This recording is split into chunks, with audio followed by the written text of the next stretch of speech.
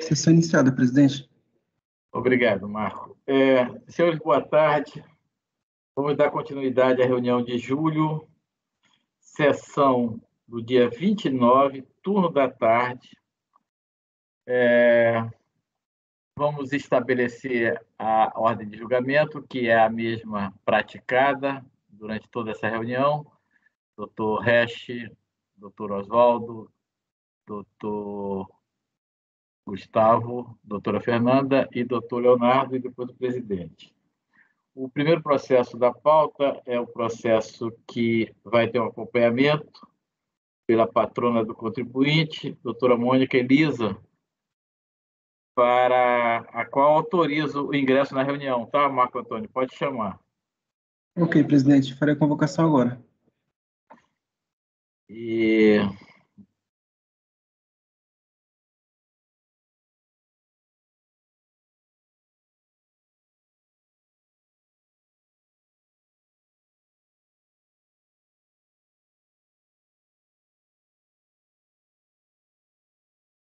Patrona convocada, presidente.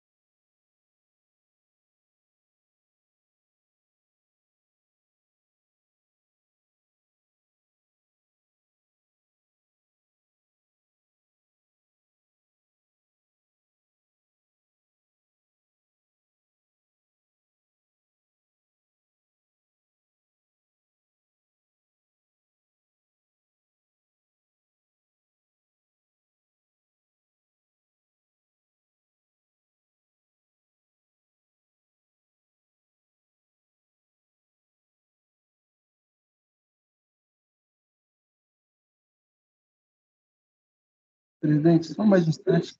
A patrona está pelo smartphone, está tendo um pouco de dificuldade para acessar. Tá ok.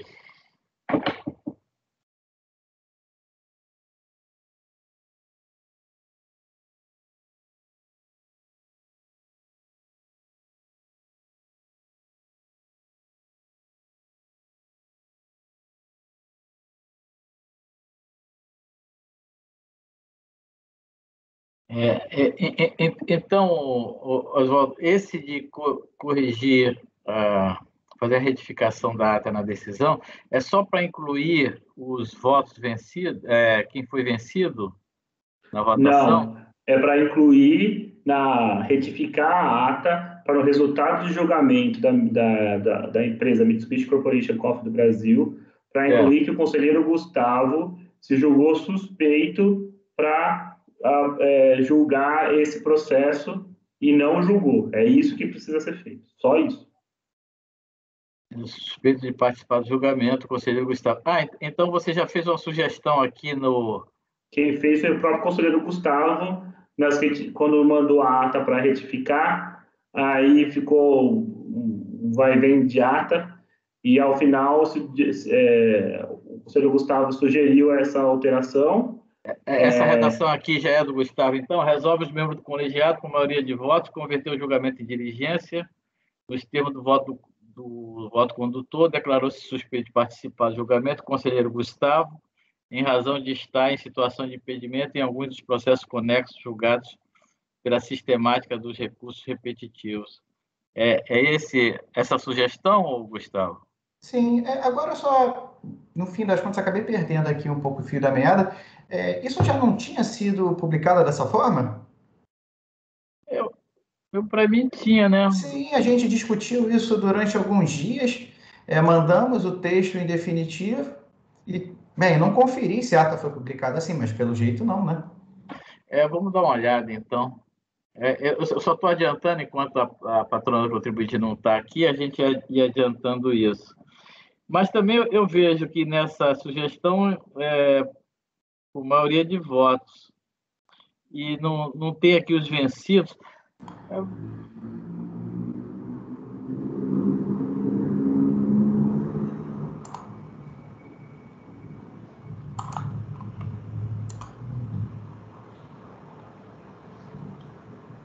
Se vocês tiverem a ata, eu vou tentar abrir aqui para ver essa ata desse.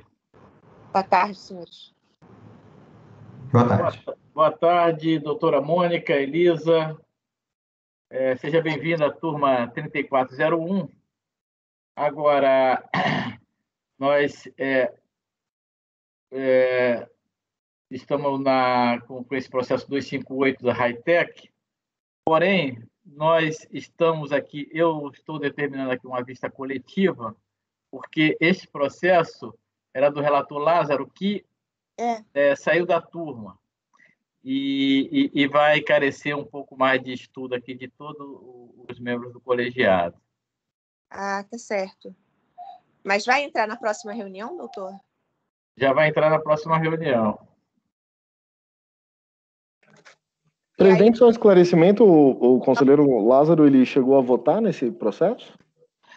Ele chegou a votar. Sim. Ele apresentou o relatório, votou, e aí não teve mais nenhum voto, né? Aí entrou com vista... Então, nesse sentido, é até bom... senhor presidente, nesse sentido, é até bom observar a necessidade de convocação de suplente para manter aqui a paridade da composição da turma.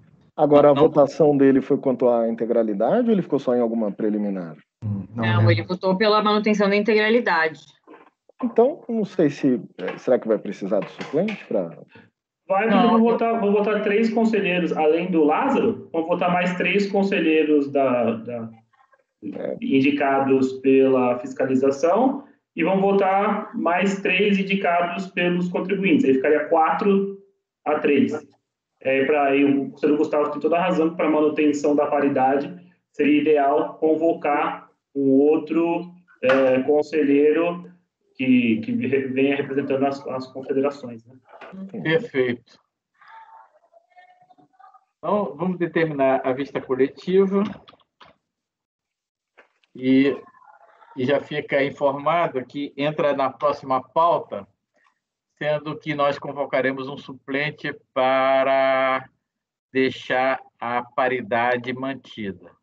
Tá, eu vou poder fazer a sustentação, né? Porque vai mudar a composição. Isso. Tá bom. Bem, então, agradeço a doutora Mônica pela presença. Infelizmente, não foi possível julgar hoje estes autos, mas nós vamos julgar na próxima reunião. Tá bom, eu agradeço e desejo um bom trabalho a todos. Boa tarde. Presidente, até numa dessa a gente pode colocar esse processo na hora de organizar a pauta em primeiro do dia, porque aí fica mais fácil de conciliar um suplente numa dessa. Ah, sim. O primeiro do dia? Sugestão, né? Sugestão, se for possível, porque como ele é um caso que talvez dê alguma discussão e até para o suplente poder se organizar, talvez seja mais fácil. Já não teve sustentação oral na sessão? Não teve. Mas vai ter alteração da composição, né? Então... de repente, eu acho que é válido, sim. Mas depende, hein? Eu não sei se depende de quem for o suplente, porque eu não sei se o Miller não estava. A gente teve alguma sessão que tinha suplente. Mas de qualquer forma, acho que o Gustavo não estava, né? Nessa sessão estava? Estava. Vai depender de quem for o suplente. Eu estou com a ata aqui e a ata está constando. Está correta? Está correta. O que está errado, agora eu estou lendo o e-mail, já estou até, enquanto estão terminando essa discussão desse processo, o que está errado, o conselheiro presidente viu muito bem, é que saiu, acorda os membros do colegiado por maioria de votos, mas não diz por maioria de votos de quem. Então, eu estou procurando aqui o vídeo enquanto nos paralelos, enquanto a gente vota, e para encontrar o que foi decidido nesse processo, quem que divergiu da diligência. Salvo engano, foi o próprio conselheiro presidente e o conselheiro Resch. Salvo engano. Mas eu prefiro verificar aqui e aí dizer para vocês com certeza absoluta para a gente evitar esse problema. Mas tranquilo, eu estou aqui enquanto eu consigo dividir minha atenção sem nenhuma dificuldade. Tá ok. Eu fiquei intrigado, porque a gente ainda teve a confirmação, né, Ronaldo, daquele texto. Foi. Vamos, então. Enquanto isso, a gente vai para o último processo de hoje, presidente? Vamos sim. O seu. Perfeito. Eu já coloquei na pasta, vocês podem abrir. Eu só estou curioso aqui também para ver um pouquinho. Mas tudo bem, eu vou deixar o negócio da lata. Também, está tranquilo o nosso tempo. Qual que é o número? 259. Aqui O final é 2009-11. Ah, perfeito, é o penúltimo. Isso. E a vista foi sua, né, Léo? Na verdade, presidente, essa vista aqui foi, acho que naquele dia da tarde que teve uma discussão grande na parte da manhã, como é classificação fiscal, se eu não me engano, né? Eu acho que classificação fiscal, esses casos, tem que parar para prestar muita atenção, né? Então, eu, lendo o voto depois, eu concordo, então, com ele, mas eu acho que seria interessante retomar o raciocínio para a gente rememorar o caso. A classificação fiscal é detalhe, não tem jeito, né? Não, é só porque eu lembro que você tinha falado que parecia que tinha um voto antigo da Mara sobre você chegou a ver qual era o voto? Sim, era outro produto, era um produto muito semelhante, entendi. Mas não era o mesmo, não. Então, daí não dá para aproveitar. Obrigada. Obrigado, doutor. Bem, vamos lá. Eu estava aqui só para tentar fechar aquela questão da ata, mas o Oswaldo já está providenciando isso aí. Eu vou, então, direto aqui ao nosso caso aqui. Os senhores já sabem, se trata aqui de um contencioso em relação à classificação fiscal de uma máquina que é um silo de cavacos de madeira.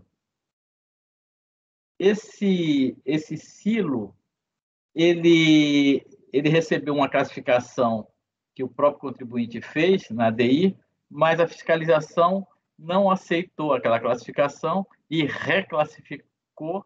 O contribuinte não aceitou a classificação e daí surgiu todo esse contencioso que chega até aqui, ao CARF, né? Bem, realmente, teve duas perícias. Na DRJ houve, inclusive, voto vencedor, mas eu acredito que a causa está bastante madura para ser decidida, porque dificilmente haverá qualquer dúvida de fato aqui. É realmente uma questão de saber aplicar as regras do sistema harmonizado. Então, eu vou ler só uns pedacinhos bem pequenos do relatório, só para caracterizar o objeto. Trata-se de recurso voluntário contra a decisão no acórdão da DRJ Recife, que considerou improcedente a impugnação interposta contra a auto de infração que constituiu crédito a título de IPI, PIS e COFINS, tá? IPI, PIS e COFINS, acompanhado de multa de ofício de 75% e ainda multa isolada de 1% sobre o valor aduaneiro por classificação incorreta. A interessada identificada em EPIC submeteu a despacho de importação a mercadoria, que é um equipamento desmontado para transporte, de que trata a DI 0807362535, e registrada em 19 de maio de 2008, cuja descrição na adição 001 desta ADI foi assim: equipamento para tratamento de cavacos de madeira com vapor, estilo de cavacos Diamondback. No entanto, segundo a fiscalização, não está correta a classificação declarada pelo importador no código da TEC 8439-1010, que é relativa a máquinas e aparelhos para tratamento preliminar de matéria-prima para a fabricação de pasta de matérias fibrosas celulose. Na TEC, mercadorias que se enquadrem nesse item de classificação submetem-se à seguinte tributação: 14% de imposto de importação, 0% de IPI, 1,65% de PIS e 7,6% de COFINS. Para a fiscalização, a classificação correta do equipamento descrito na ADI deve ser no código 84198999, conforme foi registrado no Siscomex. Nesta classificação, essa que a fiscalização quer, a TEC aponta as seguintes alíquotas: 14% de imposto de importação, 5% de IPI, 1,65% de PIS e 7,6% de COFINS. Portanto, a autuação decorreu da divergência na classificação fiscal do equipamento descrito, porque justamente há uma diferença de alíquota só em relação ao IPI. Tá? Então, tudo aqui, todo o crédito que se constitui aqui é por conta dessa diferença de alíquota do IPI, se for para a classificação que a fiscalização quer. Muito bem. Foi realizada a perícia no equipamento e providenciado o laudo técnico pelo perito designado pela autoridade competente, senhor Wilson Rodrigues, a fim de responder não apenas os quesitos formulados pelo importador, mas também os formulados pela fiscalização. Tudo para possibilitar a adequada identificação do equipamento importado, com detalhamento de suas funções e particularidades, a fim de subsidiar a correta classificação fiscal do equipamento. Concluída a montagem do equipamento importado e realizada a vistoria final em loco pela fiscalização, bem como conhecido o teor do laudo técnico resultante da perícia realizada após a montagem, foi registrada no Siscomex a exigência de reclassificação fiscal da mercadoria importada da posição 8439-1010 para a posição 8419-8999, pelas razões expostas no relatório fiscal. As folhas 32 e 47. Consideradas as respostas aos quesitos formulados ao perito laudista, bem como o disposto na NEST relativos à posição 8419, concluiu a fiscalização, com base na aplicação das regras gerais de interpretação do sistema harmonizado, RG número 1, 2A e número 6, que o silo de cavacos preenche todos os requisitos para enquadramento na posição 8419, que não se trata de um dos aparelhos a ser dela excluído por decorrência do texto da posição. Fornos e outros aparelhos da posição 8514, como também não se encontra entre as exclusões apontadas na nota 2 do capítulo 84, pessoalmente a da linha E. Depois vou detalhar isso no voto. Nem mesmo nas exclusões elencadas nas alíneas A e Q da NEST da posição. A conclusão da fiscalização aponta, pois, enquadramento na subposição 8419. Em 25 de 5 de 2009, a interessada reafirmou sua inconformidade com a exigência de reclassificação fiscal, apontando equívocos e distorções pela fiscalização quanto ao teor das respostas constantes no laudo produzido. Então, acredito que eu não frisei mais nenhum ponto aqui, nós podemos ir diretamente para o voto e lá a gente recupera uma parte dessa discussão.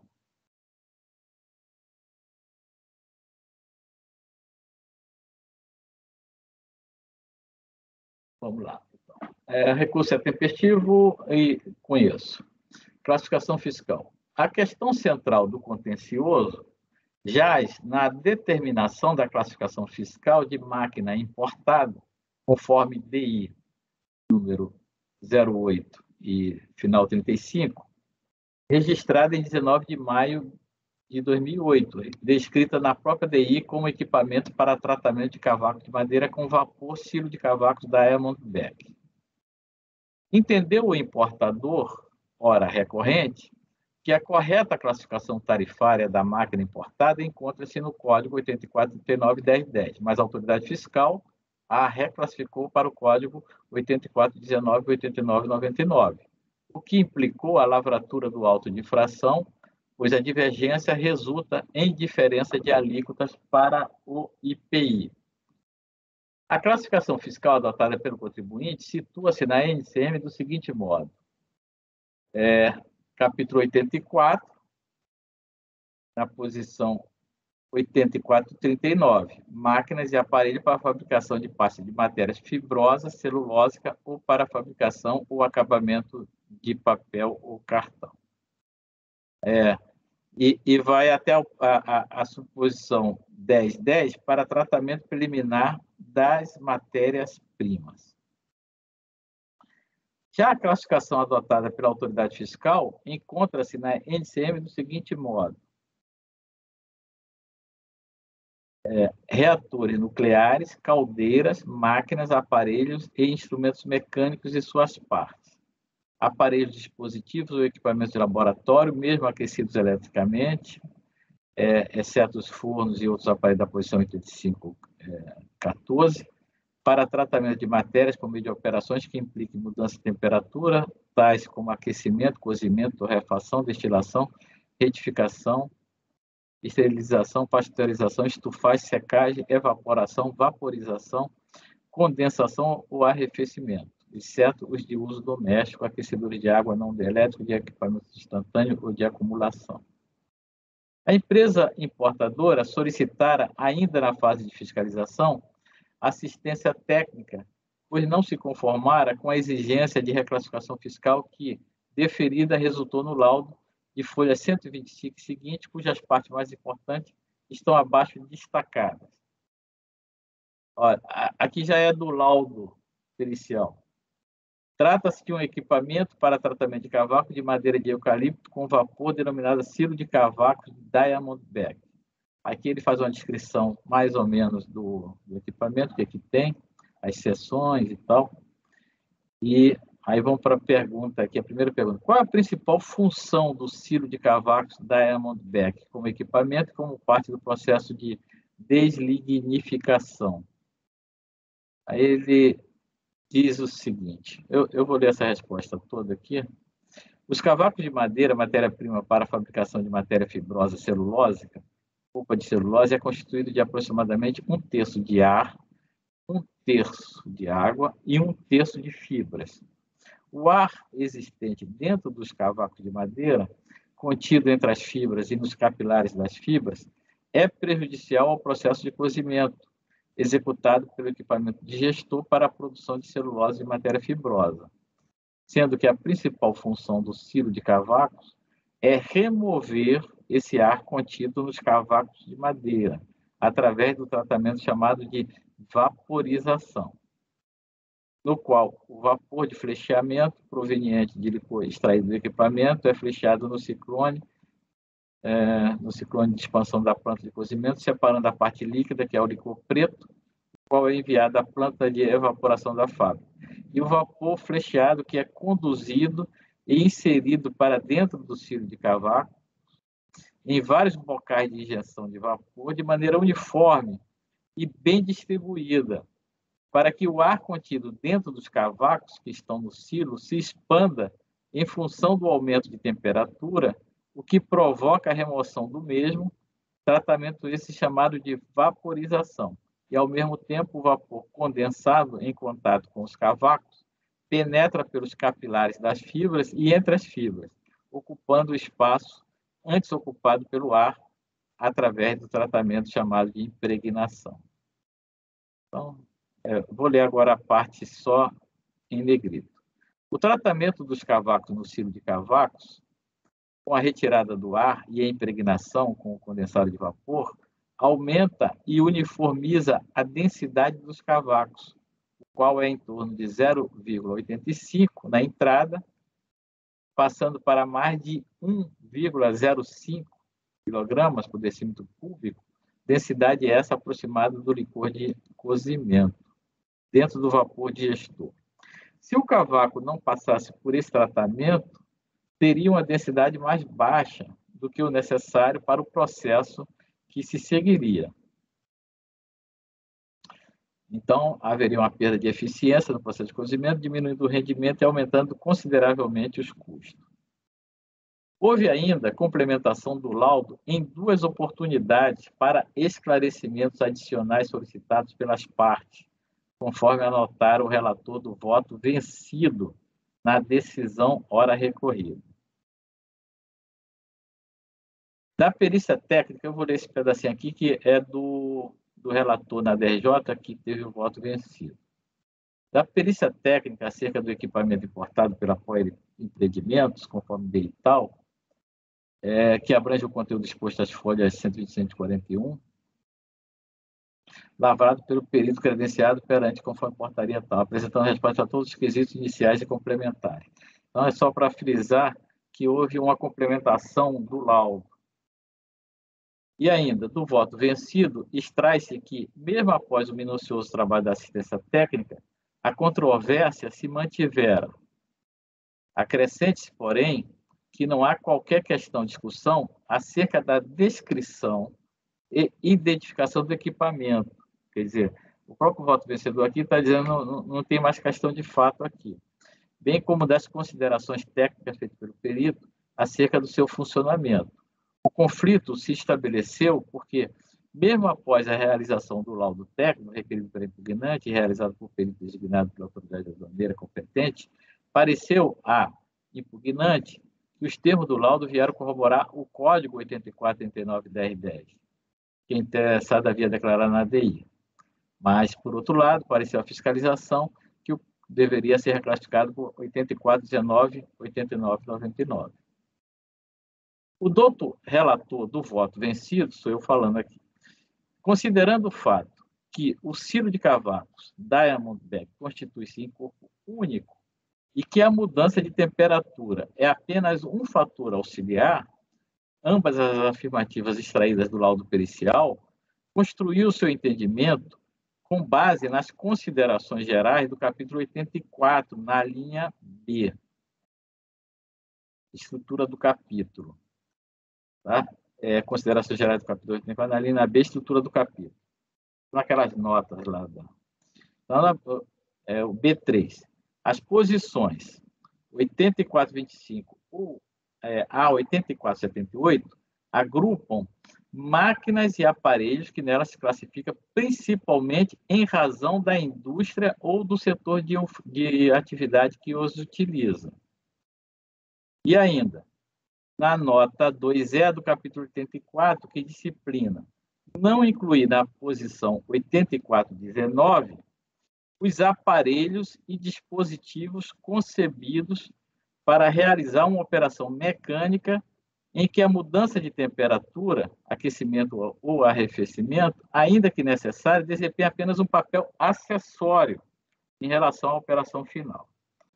É basicamente a construção do raciocínio, tanto do contribuinte quanto do voto vencido em Recife, é basicamente em cima dessas duas premissas aí.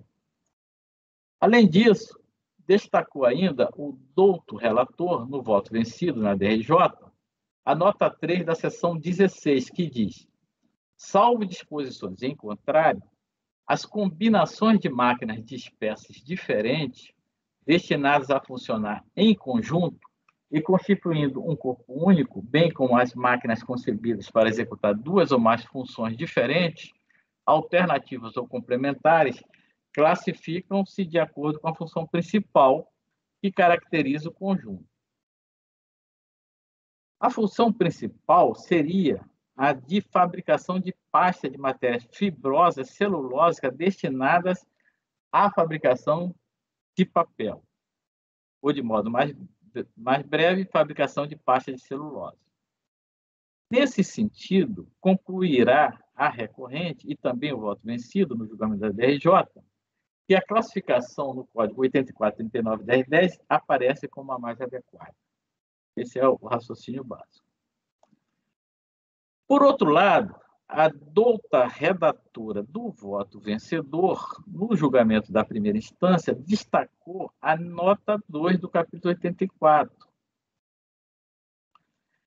que é a seguinte: ressalvadas as disposições da nota 3 da seção 16, da nota 9 do presente capítulo, as máquinas e aparelhos suscetíveis de se incluir nas posições 8401 a 8424 ou 8486 e, simultaneamente, nas posições 8425 a 8480, classificam-se nas posições 8401 a 8424 ou 8486. Todavia, a posição 8419 não compreende, aí vem, os aparelhos e dispositivos concebidos para realizar uma operação mecânica em que a mudança de temperatura, ainda que necessária, desempenha apenas um papel acessório. Destaca ainda o voto vencedor da decisão recorrida, a nota explicativa parte da posição 8419. A presente posição engloba todos os aparelhos e dispositivos concebidos para submeter matérias sólidas a um tratamento térmico mais ou menos potente, quer de obter uma transformação dessas matérias essencialmente derivada da mudança de temperatura, por exemplo, cozimento, vaporização,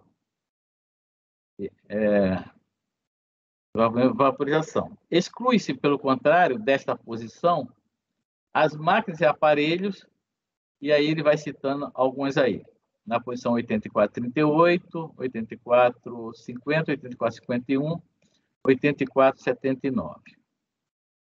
Daí, concluir, o voto vencedor na DRJ se classificava na posição 8419, porque o equipamento em tela submete os cavacos a tratamento térmico e que de tal tratamento resulta transformação dessas matérias, análoga aos procedimentos de cozimento, vaporização, destilação, secagem e torrefação, exemplificativamente enumerados pelas MESH. É importante destacar que a nota 2 do capítulo 84, ressalvadas as disposições da nota 3 da seção 16, da qual parte a decisão, voto vencedor, hora recorrida, principia justamente com duas ressalvas, uma das quais é justamente a nota 3 da seção 16, que merece consideração especial porque servira de fundamento para o voto vencido. A hipótese presente na nota 3 da seção 16 é a seguinte, aqui, está entre aspas. Salvo disposições em contrário, as combinações de máquinas, espécies diferentes, executar uma ou mais funções diferentes, classifica de acordo com a função principal, é aquela que eu já li. Parece ajustar-se ao silo de cavaco da Raymond Beck em exame, mas não é o caso. Observe-se a seguinte passagem do laudo. Em relação ao equipamento importado, ao qual se dá o nome de silo de cavaco da Raymond Beck, é correto afirmar que trata-se de um equipamento onde ocorre o tratamento preliminar de matérias sólidas ricas em celulose para serem utilizadas como matéria-prima na fabricação de parte de matéria fibrosa? Sim, a afirmação está correta. Tal tratamento preliminar consiste na vaporização, que é uma ação simultânea e interdependente. Vide novamente no laudo citado. O ar contido dentro dos cavacos que estão no silo se expande em função do aumento da temperatura, o que provoca a remoção do mesmo. Tratamento esse chamado de vaporização. E, ao mesmo tempo, o vapor condensado em contato com os cavacos penetra pelos capilares das fibras e entre as fibras, ocupando o espaço antes ocupado pelo ar, através do tratamento chamado de impregnação. Então, esses dois efeitos são simultâneos, né? O ar é expulso pela vaporização e é impregnado com o vapor. Daí se pode deduzir que nem se trata de combinação de máquinas de espécies diferentes, destinadas a funcionar em conjunto, e nem de máquina concebida para executar duas ou mais funções diferentes, alternativas ou complementares. Logo, a regra da nota 3 da seção 16 não é aplicável ao caso. Com este raciocínio, afasta-se um dos fundamentos da classificação da posição 8439 e reforça o entendimento da classificação na posição 8419, pois, não se aplicando a ressalva contida na nota 2 do capítulo 84, aplica-se a regra, nota 2 do capítulo 84. Além disso, a exceção definida na linha E da nota 2 do capítulo 84 não se aplica, pois decorre do laudo que nem se trata de máquina para realizar uma operação mecânica, nem a mudança de temperatura no processo desempenha papel apenas acessório. Ao contrário, seu papel é essencial. Vide outra parte do laudo. O silo é aquecido eletricamente ou comporta algum dispositivo de aquecimento direto ou indireto, é responsável pela mudança ou aumento de temperatura no seu interior ou mesmo pela manutenção do mesmo a uma determinada temperatura. Em caso de comportar algum dispositivo de aquecimento, identifique tal dispositivo onde está instalado e como funciona. No silo de cavaco, na parte inferior do costado cilíndrico, há um header circular de alimentação de vapor em toda a sua volta, com bocais para entrada de vapor flecheado do equipamento, ciclo de expansão, que recebe licor extraído do vaso ou do vapor de baixa pressão da fábrica, distribuído de maneira uniforme. Esta entrada do vapor, a uma temperatura de aproximadamente 100 graus centígrados, aumenta e mantém a temperatura em torno de 95 graus centígrados no interior do silo. Temperatura essa ideal para o tratamento preliminar dos cavacos por vaporização e entrada do condensado dentro dos cavacos. E do laudo complementar, é perguntado o seguinte: se não houvesse o aumento da temperatura dentro do silo pela injeção do vapor aquecido, os cavacos sairiam do silo no mesmo estado em que se encontrava ao nele entrar? A resposta seria sim, ou seja, os cavacos sairiam do silo no mesmo estado que se encontrava ao nele entrar. E, neste caso, o equipamento do silo de cavaco teria sua função prescindida no processo, não serviria para nada. E, quanto à operação mecânica, a seguinte resposta no laudo: o silo dispõe de algum dispositivo mecânico, elemento móvel, responsável pela descarga uniforme dos cavacos? Não, não há dispositivo mecânico ou elemento móvel. Né? Na verdade, ele vai caindo por gravidade. Por último, cita-se o estudo acadêmico, conforme o voto vencedor da decisão recorrida, que apresenta o conceito de vaporização como a técnica de aquecimento da madeira em vapor saturado. Quer dizer, demonstrando-se a mudança de temperatura essencial para a função desempenhada pelo silo de cavaco. Assim, considera-se a classificação na posição 8419 a mais adequada para o bem importado, mantendo subposição e subitem na forma da decisão recorrida com os mesmos fundamentos. Multa de ofício, efeito confiscatório. A autoridade fiscal aplicou a multa e o contribuinte que contesta, invocando aqui princípio do não confisco e outros princípios constitucionais, tais como proporcionalidade, razoabilidade e capacidade contributiva.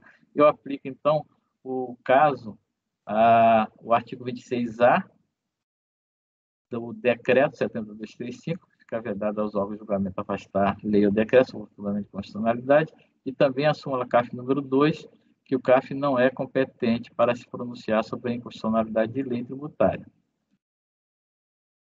Bem, constitucionalidade da base de cálculo do PIS e da COFINS.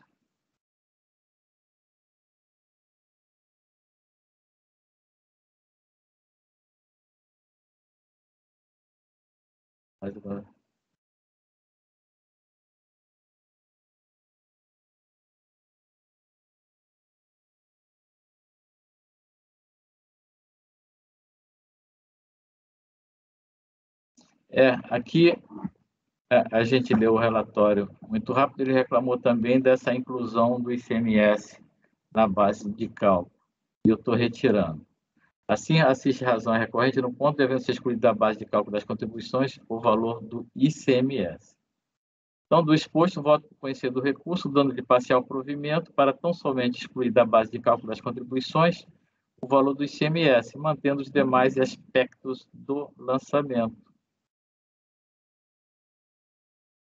Senhores, por favor, vamos abrir a discussão. Doutora Fernanda. Presidente, parabéns pelo voto. Acho que é sempre uma dificuldade falar de classificação e principalmente para produtos tão técnicos e específicos, né? Eu não tenho uma conclusão ainda, mas eu fiquei com uma dúvida e eu queria, na verdade, mais questioná-lo sobre se isso foi endereçado nos autos e na sua análise. Eu fui para a NEST e, na NEST, o que eu percebi é que, deixa eu pegar aqui, só um minutinho. Na parte relativa à posição 8439, né, que é aqui a recorrente diz fazer jus, no que se refere à primeira parte, que é máquinas e equipamentos para fabricação de pasta de pasta de materiais fibrosas celulósicas, no item A6, ele fala que incluem neste grupo, né, no 8439, as máquinas do tipo Masonite, não sei, de desintegrar aparas em fibras por meio de uma forte compressão seguida por uma depressão brusca, né? E aí eu fui olhar, fui tentar estudar rapidamente, né?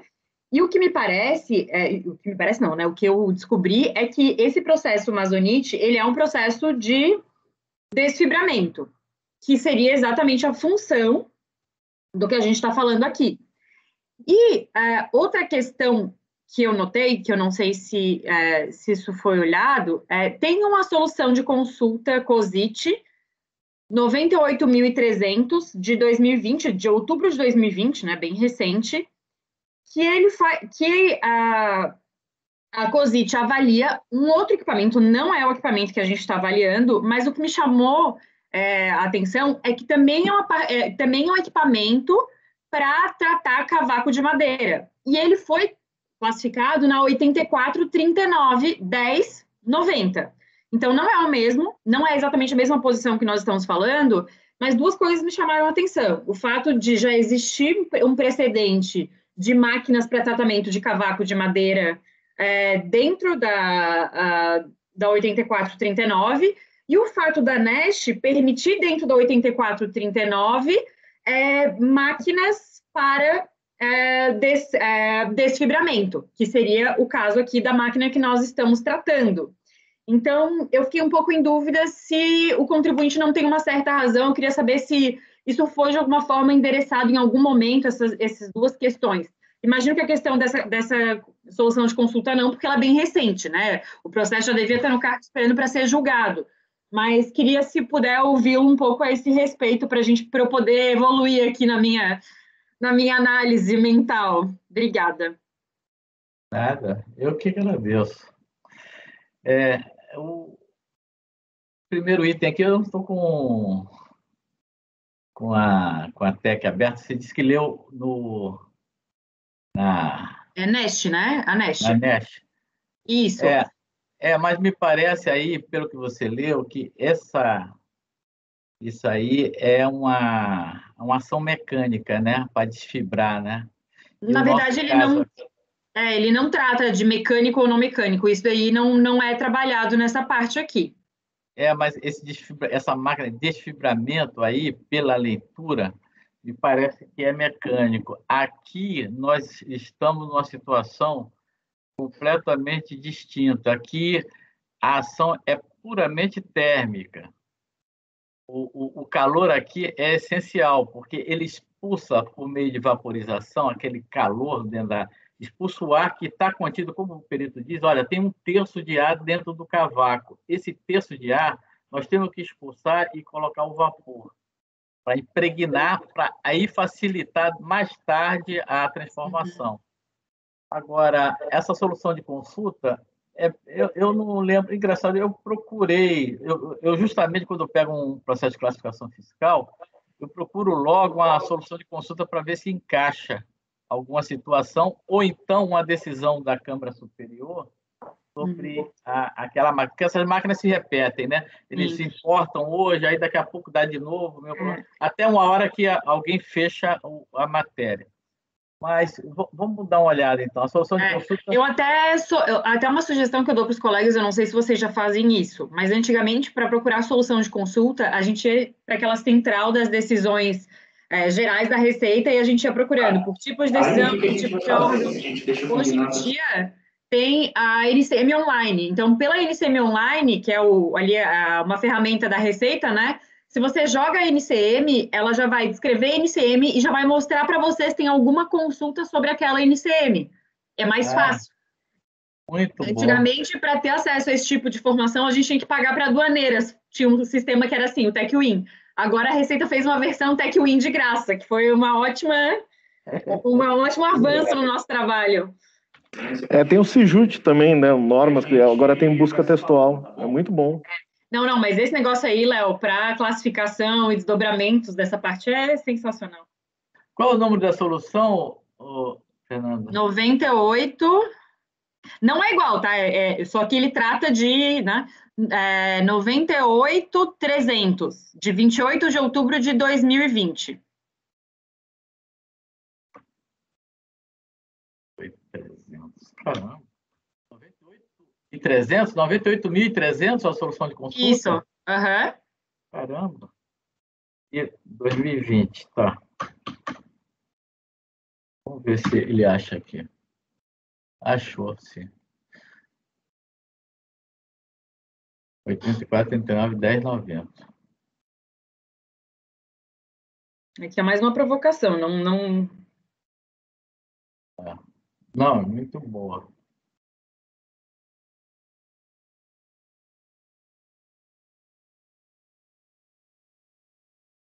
E só para deixar claro, quando eu fui pesquisar sobre esse processo Amazonite, que está na NEST, ele fala que esse processo é com base em água e pressão, né? Então, assim, tem a ver com o processo do que a gente está falando aqui, né? Eu acho muito válida aqui a solução de consulta, mas aqui parece que é o conjunto que ele está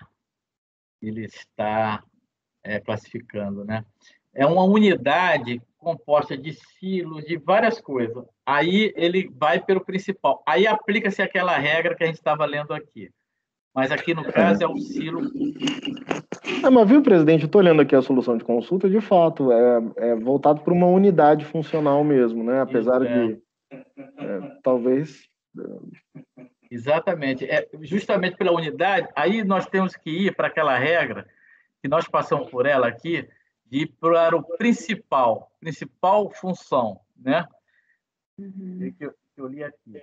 Mas aí, no nosso caso, nós não temos esse conjunto de máquinas. É mais ou menos isso que eu poderia falar aqui para a Fernanda. Se alguém quiser complementar alguma coisa, por favor.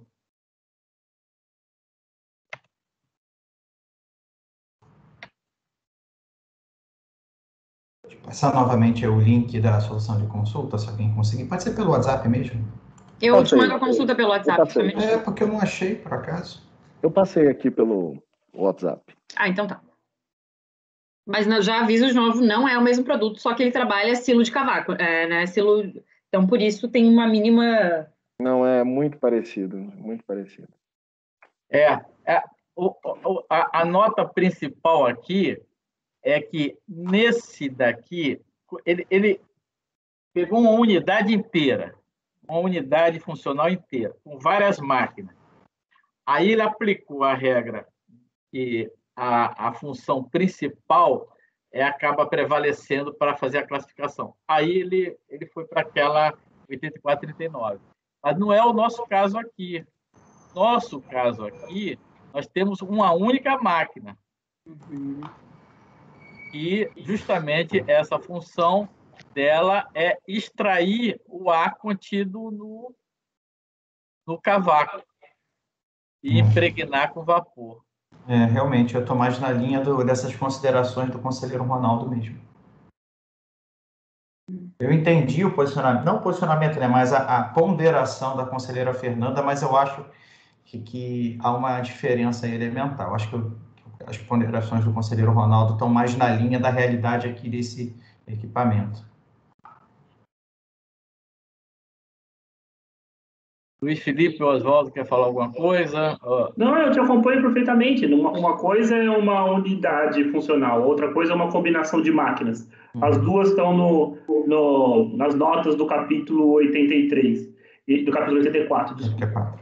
E a gente não pode esquecer que nesses casos, especialmente de combinação de máquinas, mesmo dos capítulos 84, geralmente é feito pela função, mas isso não significa que a regra número 1 de interpretação do sistema harmonizado pode ser excluída, que é justamente...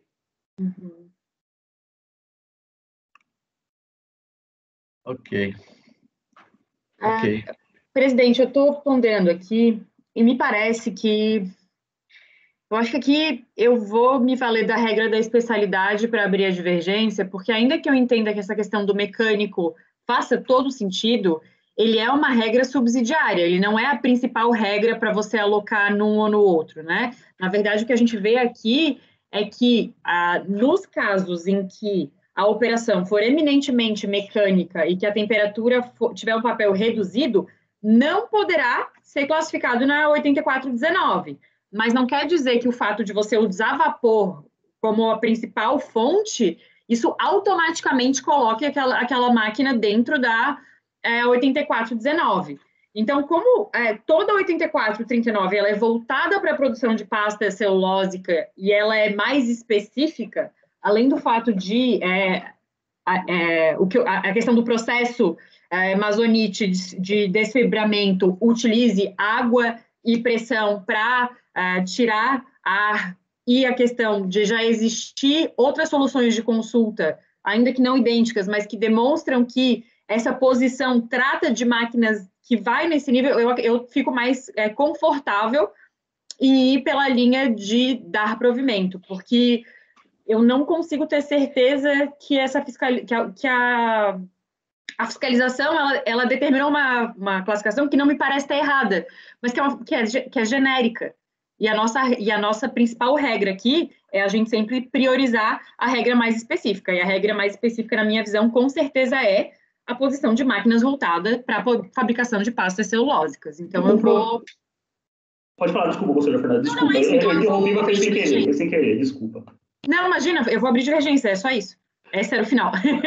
O problema, e eu entendo, por isso que eu vou manter, eu entendo perfeitamente o raciocínio que a senhora Fernanda expressou, é um raciocínio que faz todo o sentido. O problema é que a regra de a posição mais genérica prevalece sobre a posição mais específica é apenas a quinta regra de interpretação do sistema harmonizado, né? A primeira realmente que se enquadram. A primeira regra é que as notas de o que vale é o que está descrito na posição, e aí me parece que já mataria, embora ainda que tivesse alguma dúvida entre as duas posições, nós cairíamos na regra 2B, que é aquilo que é na 2B, não, na 3B, que é a característica essencial, e aí parece que realmente a característica essencial é a vaporização da máquina, e aí eu, de novo, embora por outro caminho, continuaria acompanhando o conselheiro Ronaldo. Mas é totalmente defensável, tá? É totalmente defensável. Bem, meus amigos, nós podemos partir para a votação? Então, doutor Luiz Felipe. Presidente, primeiro eu queria parabenizar pelo voto. É uma classificação difícil, bastante subjetivo, por mais que as regras tentem tirar a subjetividade da classificação fiscal, nesse caso, dá para ver que a própria DRJ se dividiu e o teu voto está muito bem feito, muito claro, eu concordo integralmente com ele e vou lhe acompanhar. Doutor Oswaldo. Com o relator. Doutor Gustavo. Não, Gustavo ou é a Fernanda agora? É o Gustavo. É o Gustavo. Com o relator, presidente. E aí, menino? Doutora Fernanda abriu divergência. Com todo respeito, porque o voto realmente está muito bom e é sempre um desafio. Obrigado, Fernanda. Doutor Leonardo. Pois é, presidente, eu tinha pedido vista desse processo aqui justamente porque eu achava que tinha um outro caso, se eu não me engano, da Mara, e eu ainda tinha esperança que tivesse alguma pista na Seclan, mas mesmo depois dessa intervenção da Fernanda, eu acompanho o relator. Ok. Então, vou proclamar o resultado. Acordo de membros do colegiado, por maioria da parcial provimento para excluir da base de cálculo o valor do ICMS, das contribuições, mantendo os demais aspectos do lançamento. Vencida na votação a conselheira Fernanda.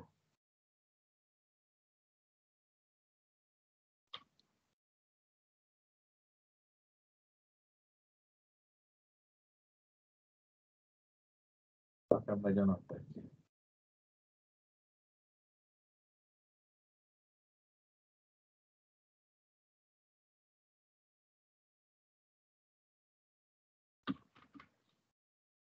Fernanda, qual é o próximo agora? Seríamos voltando, né? Agora vamos voltar, presidente. Já terminamos a pauta de hoje. Agora vamos voltar para o Gustavo, 214, do dia 28, da parte da tarde. Né? Na ordem, é o primeiro, isso, né? Isso. Fernanda, qual que é onde é que você achou esse NCM online? Deixa eu mostrar. Vamos lá. Não é da minha época, eu não conheço, não. Não, mas a Luísa é desse ano isso. Não tinha isso antes, peraí. Você tem o link aí? Manda o link, se tiver. Já vou mandar para o grupo. Isso, ótimo. É dentro do portal único. Dentro do portal, esse portal. Tá capengando, mas tá indo, né? Então, presidente, vou mandar por WhatsApp para vocês o NCM online, que eu acho que vale a pena, principalmente pela questão de facilitar a vida, é o Tech Win de graça, sem querer fazer propaganda contra aduaneiras, né? E o nosso próximo item da pauta é o 214. Fernanda, esse processo que a gente acabou de julgar, embora tenha sido vencido, de alguma forma dá até um alívio, né? De não ter que fazer um voto vencedor nesse, né? Me lembrei daqueles compêndios da aduaneiras. A gente recebia na Receita aquele monte de pastinha com as fichinhas. Aí tinha que atualizar, porque mudou lá na OMA. Caraca! Que evolução, NCM online agora. Mas aquela parte dos compêndios da OMA, eu ainda olho, tem que olhar separado. Eu olhei agora, quando a gente começou a julgar. Aquelas pastinhas, aqueles fichários assim, ó. Eu sei. Não, pois mas agora quando a gente estava julgando, eu fui para o compêndio da OMA, mas não tinha nada para nos ajudar. Aí eu fui para a NCM online. Já mandei. TechWin, nossa, a Receita pagava o TechWin, a gente todo ano tinha que renovar a licença, caraca. A coisa mais triste quando eu vim para o CARF, eu pensei, putz, agora eu não tenho mais direito a TechWin, vou ter que fazer no jeito, no braço. Doutor Gustavo, Companhia Energética de Brasília, o primeiro é o 214, né? Mas nós temos nesse caso aí, quantos processos? Não, na verdade são só 2, presidente. Os demais são de outra empresa, né? O nome é parecido. Mas os itens 214 e 15 são idênticos, são fáceis, inclusive. Ótimo. E assim que eu tiver a palavra, eu posso começar a relatar. Eu já tenho. Então, vamos lá. Todos com processo aberto, né? Provavelmente já está na pasta. Esse processo aqui é muito simples, né? Ele trata-se de um perder comp, para pagamento indevido, em que o contribuinte efetua um recolhimento a maior antecipadamente, pelas razões que eu pretendo expor aqui de uma leitura na diagonal aqui do relatório, e posteriormente ele pretende se utilizar desse crédito para quitar a própria contribuição de períodos subsequentes, enviando o PERDECOMP, mas faz o envio da PERDECOMP de forma extemporânea, após o prazo de vencimento das contribuições mês a mês. A unidade local reconhece o direito creditório, se eu não me engano, na íntegra, muito provavelmente na íntegra, mas diante da transmissão das DECOMPs após o vencimento, tem-se uma homologação parcial das compensações por conta da imputação proporcional do crédito reconhecido ao valor principal e aos encargos moratórios. O contribuinte se insurge contra isso, trazendo a realidade fática que, enfim, essencialmente fez com que ele realizasse esse reconhecimento, esse recolhimento a maior, e alega que, na verdade, não se trata de um pagamento a maior e uma compensação, e sim de um mero pagamento antecipado das contribuições, não havendo que se falar em encargos moratórios. Essa é a síntese do relatório. Eu vou dar uma passada sem fazer a leitura, só para eu ver se talvez existe alguma coisa relevante aqui a ser... Bem, eu vou fazer uma leitura apenas dessas partes que eu negritei aqui, porque, enfim, se os senhores enxergarem algo de relevante que eu talvez não esteja enxergando, a gente pode deliberar. Bem, então, foi verificado pela fiscalização que o direito creditório pela requerente no valor de R$ 3.179.000, encontra-se efetivamente disponível, se refere ao saldo do pagamento do valor de R$ 5.600.000. Os débitos do contribuinte nos PERDECOMPs analisados no valor total foram devidamente declarados, e o PERDECOMP foi enviado em data posterior, como eu esclareci, e aqui é feita a imputação proporcional. O contribuinte, por sua vez, se insurge em conformidade, explicando que, com base na resolução 72 da ANEEL, ao efetuar a contabilização da forma preconizada em tal ato, por cautela, ofereceu à tributação o valor total da RTE, pagando em 15 de janeiro de 2002 o valor de R$ 5.600.000. Em 28/6, o valor de R$ 2 milhões. Antes do recebimento da resposta à consulta formalizada junto à Receita, a SEB apurou o valor da COFINS deduzindo o valor da sobretarifa, já que a mesma teria sido oferecida antecipadamente à tributação com o recolhimento ocorrido em 15/1/2002. Considerando a manifestação da Receita, a SEB procedeu à retificação em suas STF relativa ao período de dezembro de 2001 a setembro de 2003, refazendo as bases de cálculo e recalculando a COFINS naquele período, o que teria gerado crédito para os períodos seguintes. Esse procedimento foi comunicado à Receita através de PERDECOMP, por não existir outro meio disponível.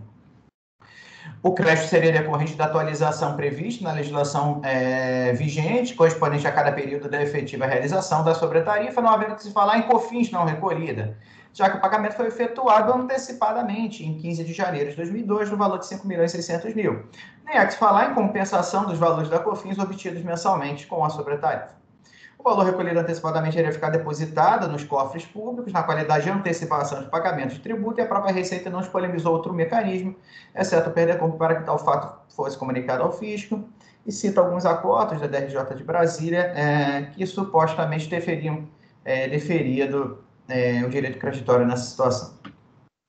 Ao final, em conformidade, ele requer a nulidade de um item aqui da decisão, que na verdade é um item que trata aqui dos valores que ficam em cobrança, que seja considerado para efeito de compensação os valores obtidos em cada período, a título de valor antecipadamente recolhido, e pede o deferimento da manifestação de conformidade. A DRJ Brasília decidiu por unanimidade julgar improcedente a inconformidade, e contra essa decisão, ele apresenta recurso a esse conselho, contendo essencialmente as mesmas alegações. Esse é o relatório, e não havendo sustentação, passo ao voto, presidente.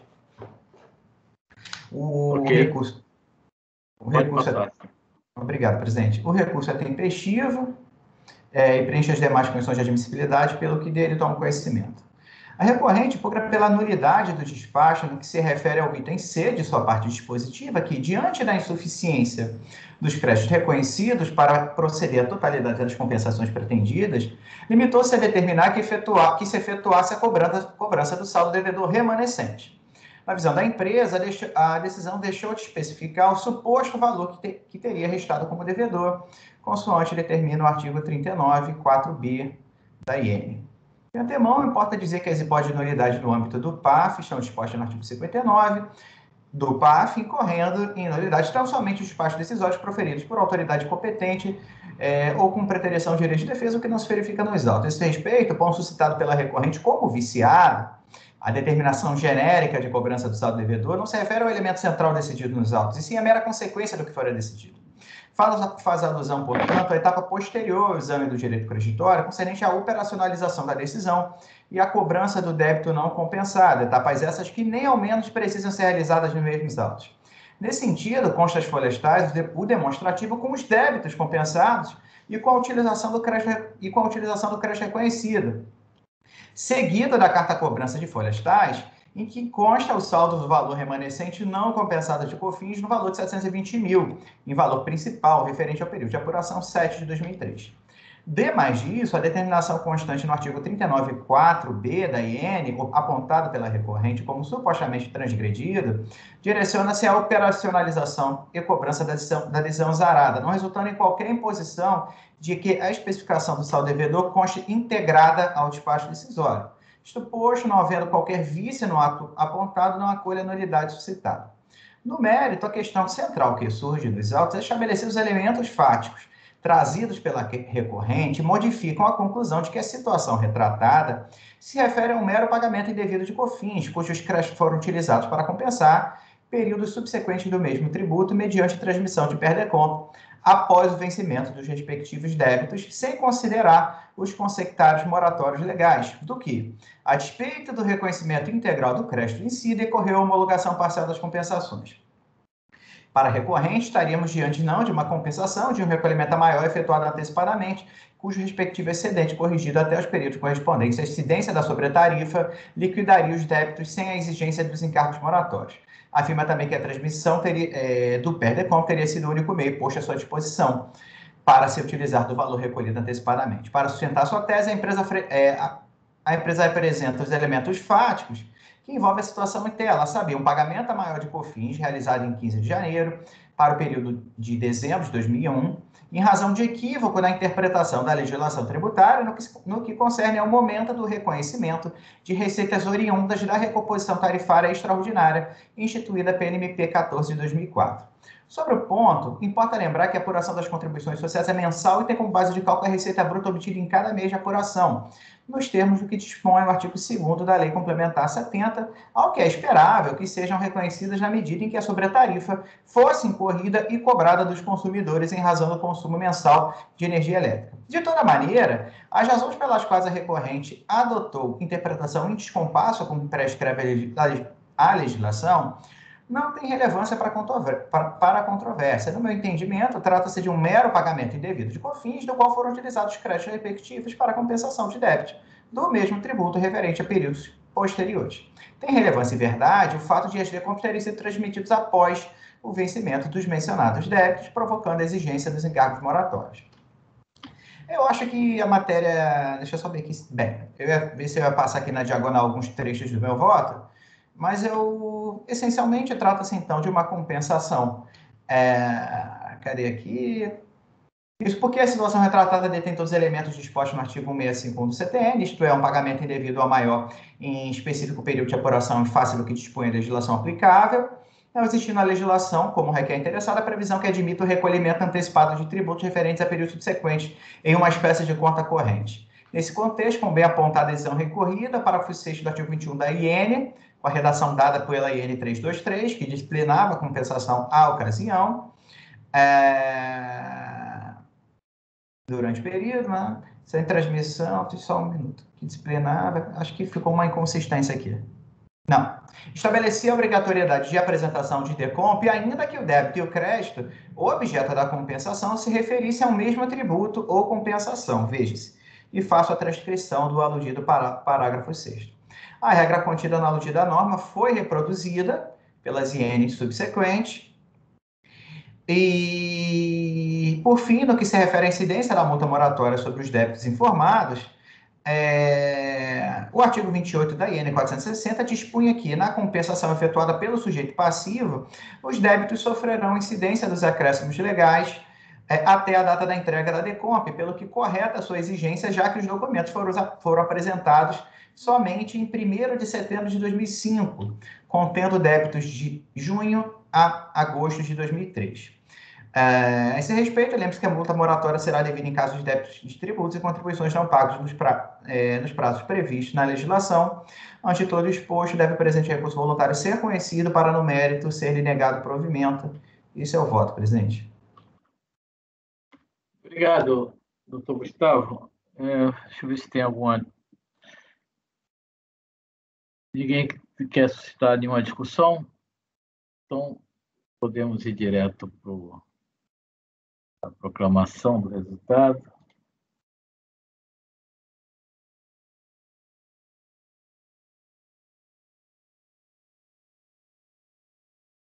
Deixa eu anotar aqui, só um minutinho.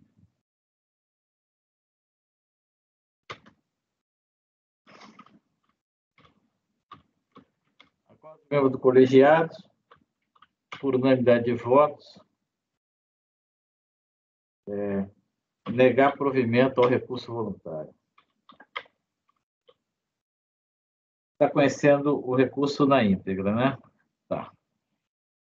Exatamente, presidente. Acordo dos membros do colegiado, por unanimidade de votos, negar provimento ao recurso voluntário. No 215, nós vamos reproduzir essa mesma decisão. Certo, exatamente. E aí, com a permissão, passamos aos itens 217 e 18, que também são idênticos entre si. Ok. Então, pode começar, então, 217. Esses dois itens aqui, né, esses dois processos, trata-se também, né, de HiperDecomp, que teve batimento eletrônico inicialmente, em que houve uma inconsistência detectada pelo SCC em relação aos valores que supostamente dariam direito a crédito, né? Mas aqui eu vou preferir fazer a leitura do relatório, que além de ser curto, tem algumas peculiaridades aqui que eu achei bem interessante.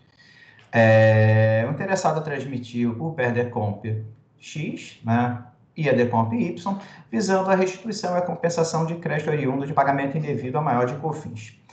A DRF de jurisdição do contribuinte emitiu despacho decisório eletrônico, no qual não homologa a compensação declarada e defere o pedido de restituição. Cientificado do despacho, o contribuinte apresentou a manifestação de inconformidade, alegando em síntese que devido a um erro de fato, não retificou a DCTF na ocasião da apresentação da DECOMP, fazendo com que o crédito gerado de uma reapuração do período não fosse identificado. Mas assim que recebeu a análise preliminar, imediatamente retificou a DCTF para constar o valor correto do débito e o crédito existente. Ressalta que também enviou um pedido de restituição para assegurar o seu direito creditório, no caso de haver algum erro no preenchimento. Por fim, diante da comprovação do seu direito e da correção do erro de fato, requer a reforma do despacho. Apreciando a questão, a DRJ-BH decidiu por unanimidade de votos julgar procedente em parte a manifestação para reconhecer parcialmente o direito creditório requerido, limitado ao valor original de 227 mil. O colegiado não reconheceu a integralidade do valor requerido de 231 mil em razão de, na FD Contribuições Ativa, apresentada em 20 de 12 de 2017, antes da ciência do despacho decisório, o contribuinte ter declarado um valor a pagar maior do que o informado na DCTF retificadora, o que evidenciaria um crédito no valor de 227.325, inferior ao pleiteado. Ciente dessa decisão, recorreu o sujeito passivo a esse conselho com as seguintes razões de defesa. Essencialmente, ele ocorre que se trata de mais um erro de fato identificado e assim que ele tomou ciência do acordo da DRJ. Realmente, a FD Contribuições deveria ter sido retificada na ocasião da retificação da DCTF, mas por um erro a empresa deixou de fazê-lo. Então, ele repisa aqui os seus argumentos e traz a questão para o Conselho. Esse é o relatório, presidente. Quando tiver a palavra, eu passo ao voto. Perfeito. Podemos passar o voto. Bem, vamos lá. Recurso voluntário tempestivo, preenche as demais condições de admissibilidade pelo que é conhecido. A controvérsia remanescente gira em torno da ocorrência de erro de fato cometido pelo sujeito passivo que teria deixado de retificar a FD contribuições para nela fazer refletir o valor a pagar de COFINS compatível com os valores constantes em sua DCTF retificadora e com aqueles requeridos nos PERDECOMs apresentados, acarretando não reconhecimento da parcela correspondente a essa diferença. Inicialmente, eu acho necessário chamar a atenção para o fato de que, no despacho decisório de folhas 10, o valor do crédito em análise constar desacertadamente como 463 mil, exatamente o dobro do valor de 431 mil efetivamente pleiteado pela recorrente. Tal equívoco se deu em razão de o SCC não ter apurado o pedido de restituição e a declaração de compensação apresentados para compartilhar o mesmo crédito, ocasionando a duplicidade. Está, portanto, em litígio somente o valor de 4.574, resultante da diferença entre o valor verdadeiramente pleiteado, 431, e o montante reconhecido pela primeira turma no valor de 227.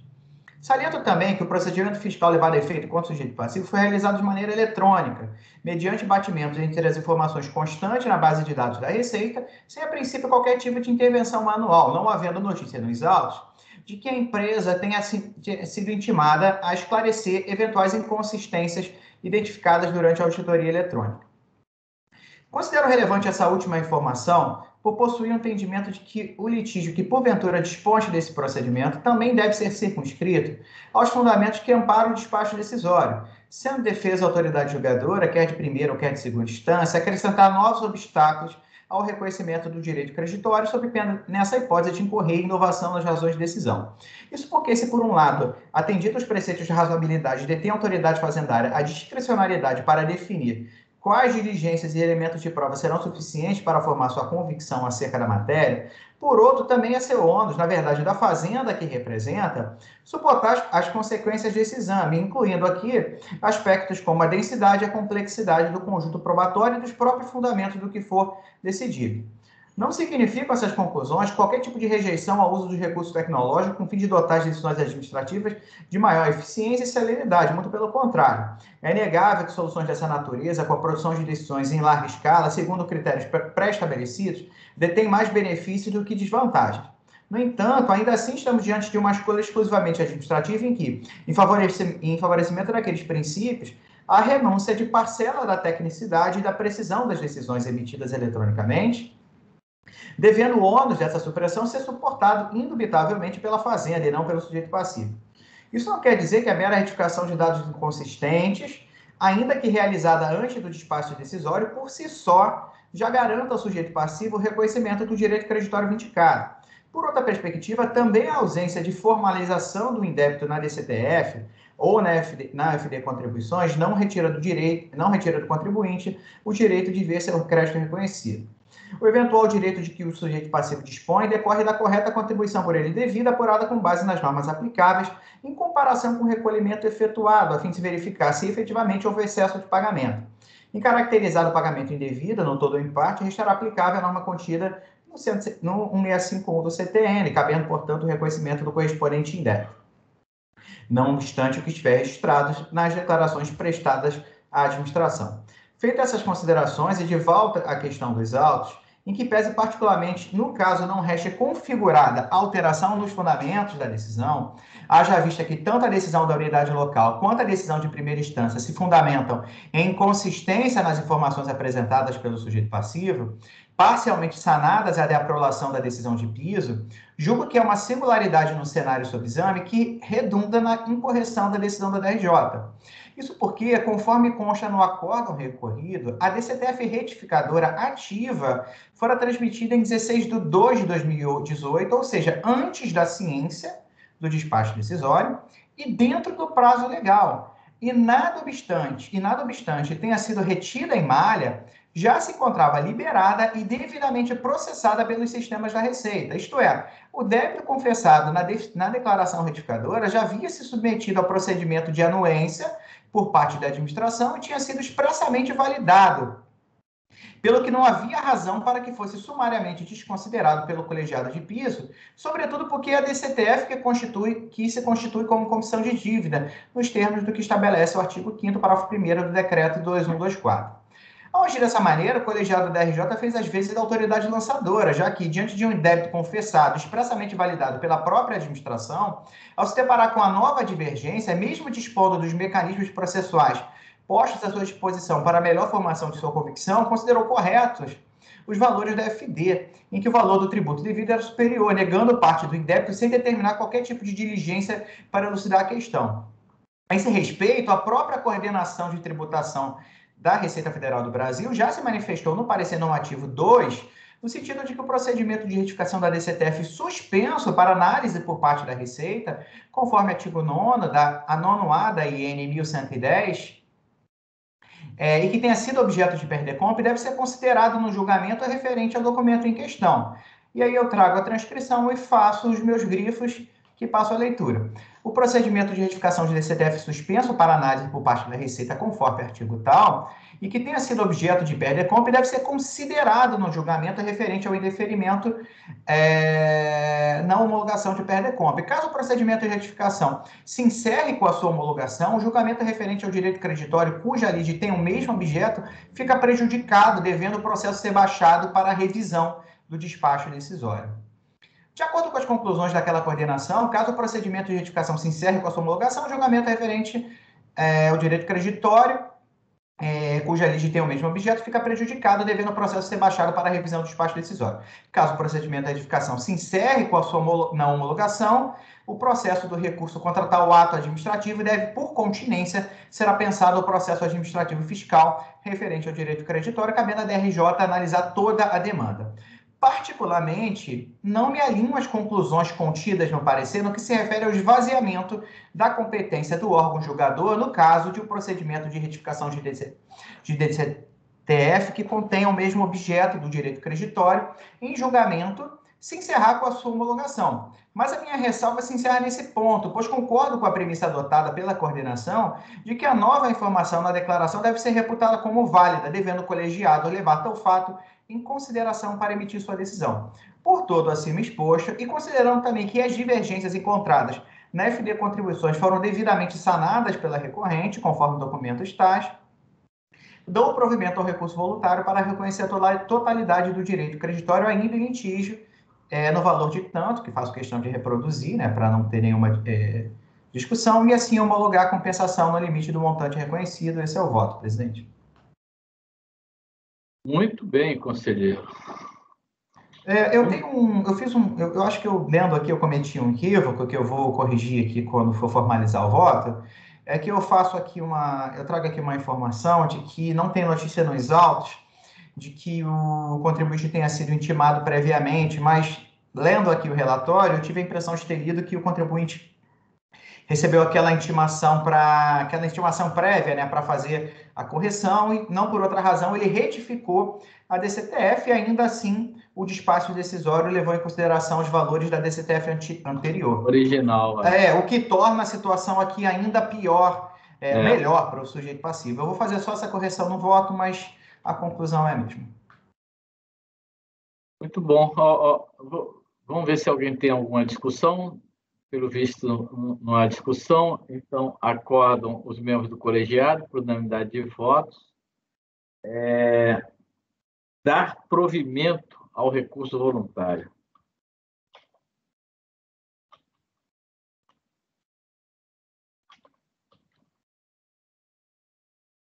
Ok. Aí nós vamos, enquanto eu acho que os próximos, o 218 seria idêntico ao 217, o resultado. Confere, doutor? Exatamente, presidente. Então, vamos já proclamando o resultado do 218, por unanimidade de votos. Acordam o colegiado em dar provimento ao recurso voluntário.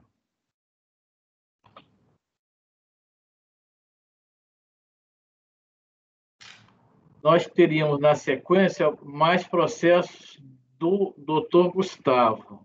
Perfeito? Sim, 221 a 223. 221 a 223. Todos são iguais entre si, só que eu vou ter que fazer a leitura de apenas um ponto do processo, talvez seja... Não está na pasta. Não estão? 21 a 23? Engraçado. Tá, coloco nesse instante. CEPOL, distribuidora. Engraçado, CEPOL era um órgãozinho da Receita, não era? Programação e logística, serviço de programação e logística. Esse setor aí, que a Fernanda elogiou o Rui Ota, ele era chefe desse setor, CEPOL, lá na DRF. Depois eu já tinha saído de lá, ele foi delegado da DRF. CEPOL, quer dizer... Programação e logística, né? A distribuidora de alimentos está pegando aí o nosso... Bem, mas vamos lá. O Gustavo está botando na pasta, vamos resolver esses 3 aí. Depois desses 3, a gente dá uma paradinha, que eu quero ver a retificação da ata, e para a gente deixar isso já redondo e não ter esquecimento, porque senão vai entrar nos embarques. É uma ata de maio. Quem era o presidente era o Lázaro ainda, né?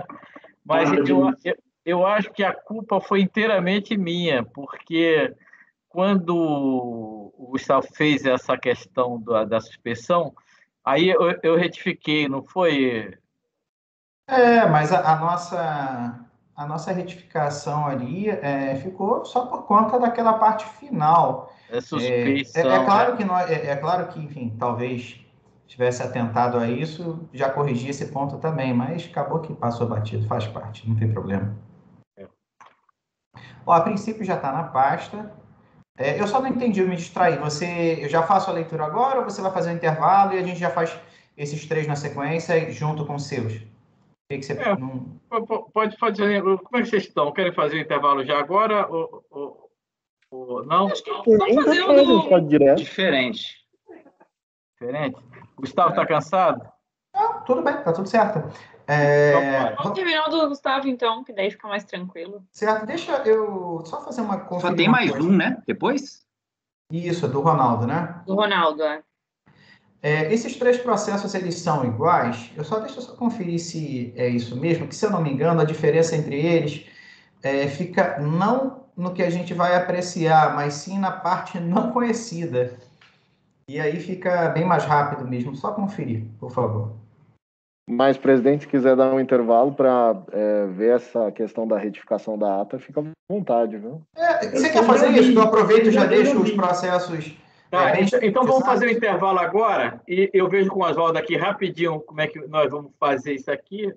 E é o tempo de eu também deixar os processos bem azeitados. Eu acho que o Oswaldo já conferiu e verificou que era só a questão de registrar quem foi vencido. Então, Oswaldo, você verificou se era justamente o hash... Então, pode parar a gravação, presidente. Oi? Pode parar a gravação, então? Por favor, para a gravação, o Marco Antônio. Um momento, presidente, estamos ao vivo ainda. Está ao vivo? Está ok. Então, nós vamos, então, fazer o intervalo agora e retomaremos logo a seguida, dentro de 3, 4 minutos.